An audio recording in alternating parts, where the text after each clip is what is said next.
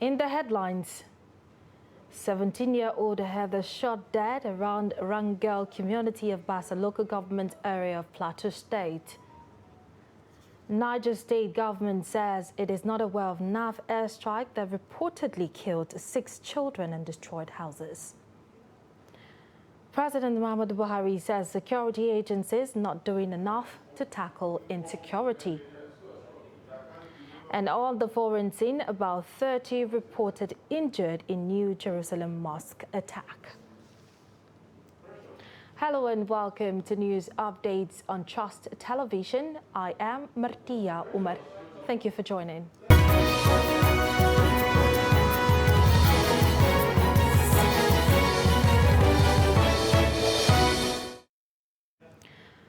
And now the news in detail. A 17-year-old Buhari Muhammad has been shot dead around Rangel community, a Bassa local government area of Plateau State, and 4 cows were killed and 5 people were also injured in the incident. The state chairman of the Allah Cattle Breeders Association of Nigeria, Abdullahi Garba, who confirmed the incident, told Daily Trust that the body of the deceased was recovered by the police. The latest incident came barely hours after 2 members of the Irigwe ethnic group were killed in a convoy of the member representing Jos North and Bassa constituency, Musa Aga. Garba said Muhammad was attacked when he took his cattle to graze and the gunmen suddenly opened fire on him. ASP Uba Gabriel, the spokesman of the police in the state, did not respond to an SMS sent to him by our correspondent. And the Niger State government has said it is not aware of people being killed in the Kurebe community in Shiroro local government area of the state, where the Nigerian Air Force airstrike reportedly killed 6 children and destroyed houses. The Commissioner for Local Government, Chieftaincy Affairs and Internal Security, Emmanuel Omar, who stated this on Thursday in Minna, the state capital, confirmed that there were ongoing air and ground operations by the military and other security agencies in the state. According to the commissioner, to the best knowledge of the state government, there are no civilians resident in these areas for some time due to the infiltrations and activities of the terrorists, which forced the local to seek shelters, IDPs, in other parts of the country. And this commissioner said, although what happened was unfortunate, the state government welcomed the ongoing intensified military operations in neighboring states and in some local government areas of the state aimed at neutralizing bandits and terrorists in the area. The President, Muhammadu Buhari, has expressed concern on how security agencies are not doing well despite what has been provided. The President expressed this on Thursday at the National Security meeting held in the State House, Abuja. According to the National Security Advisor, Babagana Monguno, who briefed newsmen after the meeting, said the President expressed sadness over the recent killings and the abductions of some Nigerians by terrorists. He wept over the recent attack on the Abuja-Kaduna train, which left some passengers dead and others kidnapped, where he directed security operators to put an end to such act and secure the release of all abductees across the country. Mangunu said the President was looking into a memo he submitted containing wide-ranging recommendations on the level of security at land borders and within the country, adding that another security meeting could be imminent.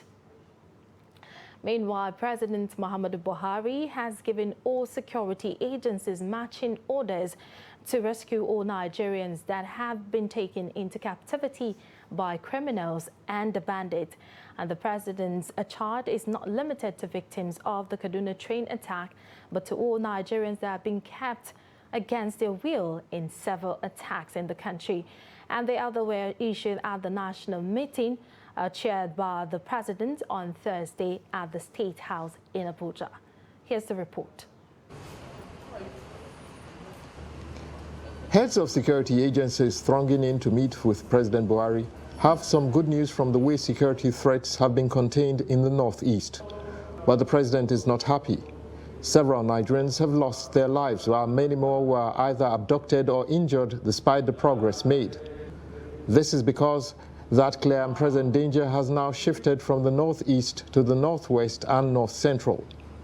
So before any other requests or proposals are considered, the President's first charge is the immediate rescue of innocent Nigerians that are being held by different terrorist groups. Mr. President has directed all the operational and intelligence elements to rescue these innocent people immediately and unhurt. This is the basis on which other issues were discussed. Obviously, the service chiefs, the Chief of Defense Staff and the service... To start off, the level of security of the country's land borders must be upgraded. All of us know that we have problems of infiltration by virtue of the fact that we have a very large economy.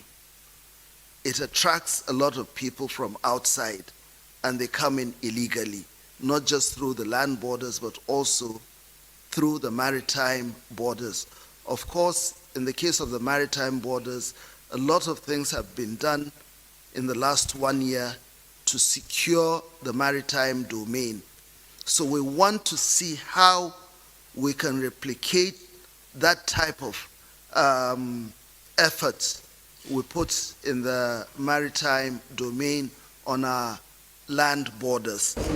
The President has expressed sadness at recent incidents across the country in which several Nigerians lost their lives, while many more were either abducted or injured. The onus is therefore on security agencies to ensure that this is not just another condolence message, but a call to rise to the challenge. From State House, Abuja, Kehinde Amodu, Trust TV News.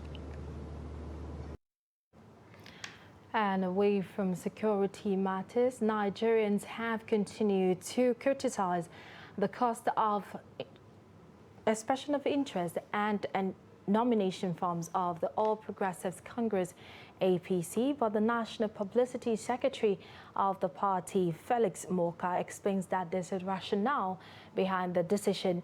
And he also claimed that the party had taken a decision on the mode of primaries to be adopted by a section of the media. Moka spoke exclusively to Trust TV's Shafiu Suleiman. The report. Wednesday's NEC meeting of the ruling All Progressives Congress pegged the cost of its nomination and expression of interest forms for a candidate vying for the presidency at 100 million naira, 50 million naira for governorship, 20 million naira for the Senate, and 10 million naira per House of Reps. This has generated negative reactions across the country. Indeed, some aspirants describe the action as empowering the money bags to dominate the party electoral contests. Some of them who have expressed interest were at the meeting yesterday and were a part of the decision to approve this very fee structure. So, I'm not sure that this is really, such a huge... And in any event, the party, has no statutory allocation to it. And yet the party is in the business of conducting not just the primaries, but also the elections. Exactly where, is the party expected to generate revenue? Is it really by just, going cap in hand begging for money, from those who have political appointments? Or where? So I think we need to be all reasonable. Party business is an expensive business. The party also took other decisions such as transfer of powers to the National Working Committee, NWC, amongst others. National Publicity Secretary of the party, Felix Moka, says, contrary to media reports, the party is yet to take decision on mode of primaries and zoning. The presence of that item on our schedule is not in any way a decision that is the mode. The mode of primaries to be used by this party will be decided by the appropriate authority. The zoning arrangement is the same thing. We have not made any decision on zoning. And if and when the party decides to make that decision, we will make it and we will, communicate that outcome to you and the members of the public. But there have been increasing concerns over the increasing commercialization of electoral contests in Nigeria's polity, with attendant consequences on inclusive participation and excessive monetization of the democratic process. Shafiu Suleiman, Trust TV News, Abuja. Announces Zamfara State, where chieftain of the All Progressives Congress, Abdullahi Shinkafi, has described the call for the constitution of an interim national government after 2023 from the same quarters of the invitation to anarchy, a constitutional crisis and political disorder in the country. He was reacting to a statement credited to Afe Babalola calling for interim national government after President Muhammadu Buhari's tenure. Take a look at the report. The call for an interim national government after President Muhammadu Buhari's tenure in 2023, credited to Afe Babalola, has continued to generate reactions in the country. This latest reaction is coming from a chieftain of All Progressives Congress in Zamfara State, Abdullahi Shinkafi, who called on Nigerians to reject in totality the call for interim national government. He said anyone who is making that call does not mean well for the country and termed it as invitation to anarchy and political disorder. To call for interim national government is not wishing this country well. This is an invitation to anarchy. This is an invitation to constitutional crisis, and this is an invitation to cause serious political disorder in this country. So I call on each and every respected Nigerian and Nigerian to reject the call for convocation of international government under the special President Muhammadu Buhari administration. The APC chieftain also called on President Muhammadu Buhari to address the prevailing security challenges currently facing the country. He observed that the attack on the Abuja-Kaduna-bound train was a situation which has never happened in the history of Nigeria, adding that there is need to deploy modern technology to combat insecurity. So I call on Mr. President, Commander-in-Chief of Nigeria, to also tighten his belt to make sure that he provides security in this country. Because what happened on the Kaduna train attack is something which has not been done throughout the history of Nigeria, even in some African countries. On the course of obtaining APC expression of interest and nomination forms, the APC chieftain believes it is too high and will deprive young from participating in the process because they cannot afford the cost of the forms.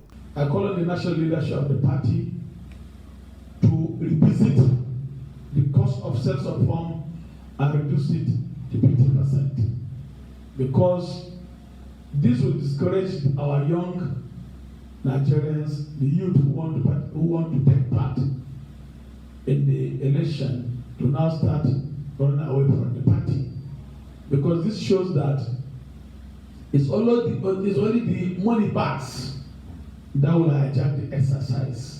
Shinkafi, who frowned at those calling for the resignation of President Muhammadu Buhari, also asked all Nigerians to ignore such groups as the president is not incapacitated and urged to allow the president concentrate on providing good governance till 2023.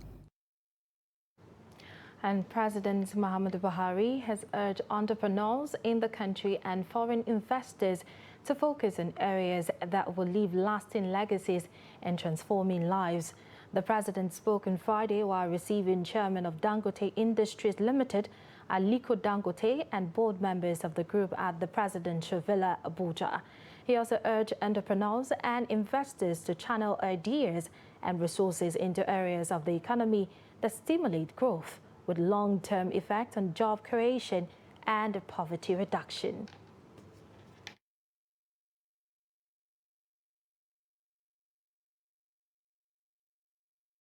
Such as Alhaji Aliko Dangote are unique gifts to their societies and the institutions they build, and they often become the pillars of stable, enduring, prosperous economies. I therefore urge other Nigerians in the business sector to emulate this iconic entrepreneur by investing in such enterprises that will in time become worthy legacies as national assets which will continue to benefit their people for generations to come. You're watching Trust TV News Updates. Coming up shortly. 15-year-old boy dies along Lagos-Abeokuta Expressway. This and many more after the break. Just stay with us. My name is Tope Fashua. We'll be speaking economics, business, finance, sociology, and politics, all with an aim to contribute our best quota to the upliftment of our fatherland, Nigeria. So what do you think is wrong with our fiscal policy in Nigeria? A lot of things are wrong. First, I think we have issues with our budgetary plan, which serves as the foundation of the fiscal policy. I mean, federal government's budgetary plan. Is it true that decentralized banking seeks to eliminate central banking, and how? Well, in theory, decentralized finance is actually designed to have the potential to eliminate central banking, but I would say decentralized finance is or does not currently have the potential to eliminate central banking.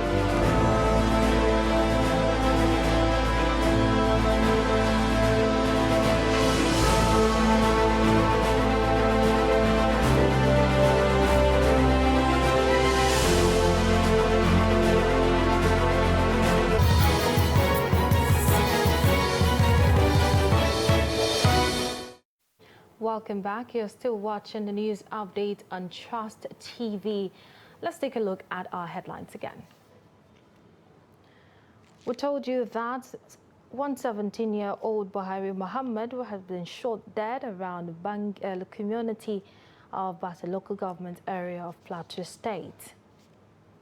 And the Niger state government has said it was not aware people were living in Kurebi community in Shiroro local government area of the state where the Nigerian Air Force airstrike reportedly killed 6 children and destroyed houses. And moving on, the personnel of Operation Safe Haven, a multi-security task force maintaining peace in Plateau and some parts of Bauchi, have recovered 517 small arms and light weapons from criminals. The weapons recovered include 27 AK-47 rifles, 1 FN rifle, 2 Beretta rifle, 3 G3, 6 Beretta pistol, 1 Harrisburg pistol, and 1 SMG. Also recovered were locally fabricated weapons comprising 183 rifles, 163 Den guns, 102 pistols, and 19 SMG. Others include 6 single-barrel guns and 1 pump action.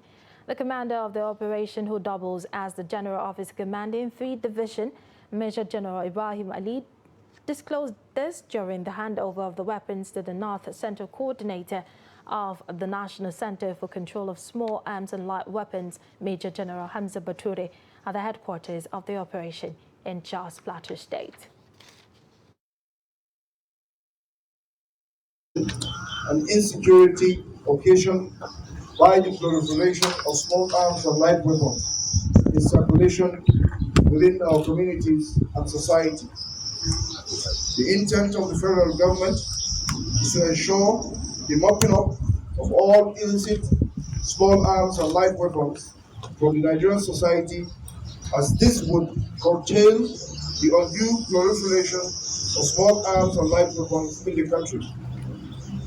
As such, the National Center was established to institutionalize small arms and light weapons control at all levels of the polity and to mainstream illicit small arms and light weapons eradication efforts.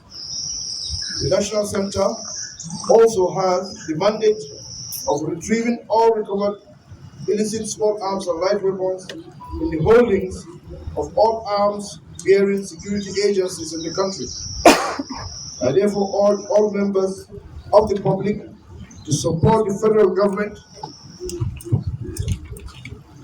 in its effort to eradicate illicit arms in circulation and, by extension, promote an illicit arms-free society.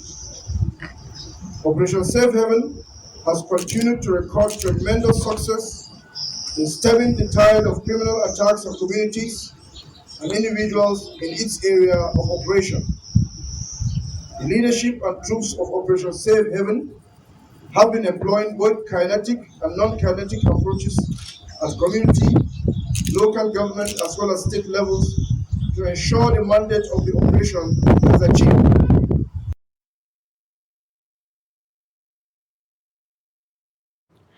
And bandits' bases around Kambari village in Karim Lamido local government area of Taraba State has been destroyed in an airstrike and backed by Nigerian Air Force. Daily Trust gathered that the airstrike, which started 3 days ago, was targeted at bandits' bases, and the bandits were said to have been neutralized. Unconfirmed reports also indicated that many bandits and their informants were captured by group forces involved in the operation around Kazor and the Karim Lamido axis on both sides of River Benue. Daily Trust also learned that 3 innocent persons on motorcycles were killed around Kwatan Nanido in Kazor local government area in the airstrike. Effort to contact spokesperson of the Nigerian Air Force failed. A police spokesperson of Taraba Police Command, DSP Osman Abdullahi, said the command was aware of the operation, but it's purely an Air Force operation. And a body recovered from the scene of a tanker explosion at Alagbado along Lagos-Abeokuta Expressway has been identified as that of a 15-year-old Oluwatobi Lawal. The late teenager was reportedly preparing for West African Senior School Certificate Examination and Unified Tertiary Matriculation Examination. Daily Trust had earlier reported that the tanker conveying 45,000 litres of petrol fell and spilled its content while negotiating a bend to a filling station in the area where the fuel was supposed to be discharged. The fire reportedly broke out, burning shrubs and 3 vehicles, while some miscreants were scooping fuel, putting their lives in danger. It was, however, not yet clear how Lawal was caught in the fire, which was eventually put out by emergency firefighters. A video obtained by our reporters showed the mother of the deceased wailing uncontrollably, being consoled by sympathizers.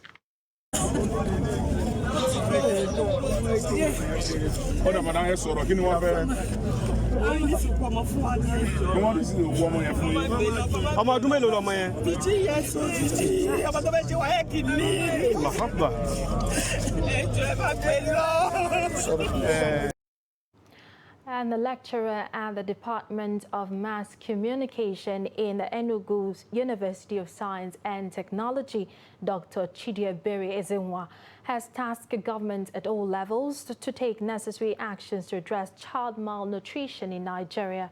In his presentation at a 2-day media dialogue organized by United Nations Children Fund, Ezenwa said malnourished children face a bleak future. UNICEF communications specialist Dr. Geoffrey Njoko charged the journalists to write data-driven stories on child malnutrition to prompt the government to tackle the problem. Also speaking, UNICEF Nutrition Officer Nkiru Ezenwa in a presentation called for concerted efforts to ensure delivery of high-impact nutrition intervention to children to grow well and thrive. It's not well fed. That means that several rights of the child have been taken away from the child. A malnourished child will not do well in school, and if the child fails to do well in school, that means that the child's future is affected. He cannot get a good job. And when the child cannot get a good job, the child is condemned to poverty, and that is intergenerational poverty. The child will move from poverty to poverty. So that is why we are here to say that adequate nutrition is also a right of the child, that the child should be well fed, that if a child is well fed, adequately fed, that the child will do well in school, and if the child does well in school, that means that the child will get a good job and the future of the child will be bright. Concerted efforts to ensure the delivery of high-impact nutrition interventions to mothers, to children at all levels, to ensure that children and women get the much needed nutrition that they need to be able to grow and thrive. And if Nigeria is able to achieve this, it will definitely see a turnaround in the numbers and also ensure that we're able to meet our SDG targets and ensure increased national productivity. And on the foreign scene, approximately 30 Palestinians, including 3 journalists, were said to have been injured when Israeli forces entered Al-Aqsa Mosque compound in occupied East Jerusalem, firing rubber bullets and stun grenades. The first raid took place on Friday morning, with Palestinians throwing stones at the Israeli police dressed in full riot gear, who waited until after morning prayer to enter the compound. The Palestinian Red Crescent put the number of Palestinians injured at 31, including 14 taken to hospital for treatment. And Israeli police said that 1 police officer had been injured after being hit by a stone. The holy site has been at the center of days of violence amid heightened tensions following a series of attacks inside Israel and police raids in the West Bank, which Israel is illegally occupying. And now to sports. Formula One great and Arsenal fan Lewis Hamilton and tennis icon Serena Williams have joined this Chelsea takeover race. It is reported that Hamilton and Serena have pledged millions of pounds to one of the parties in the running to buy the Premier League club. With only 3 consortia still in the race, with the chance of purchasing the Blues from Roman Abramovich, one of the bids has received huge backing from 2 of the biggest names in global sport. According to Sky News, Hamilton and Serena Williams have backed the bid from former Liverpool and British Airways chairman Sir Martin Brewton. It is claimed that the duo had pledged £10 million each to Brewton's takeover pursuit. There are only 3 interested parties still in the running, with Britain's the only British-led bid remaining in the process, with Lord Sebastian Coe, another of 8 backers. And that ends news updates on Trust Television at this hour. For more updates, follow us across all our social media platforms. I am Martia Umar. Thank you for watching and stay tuned.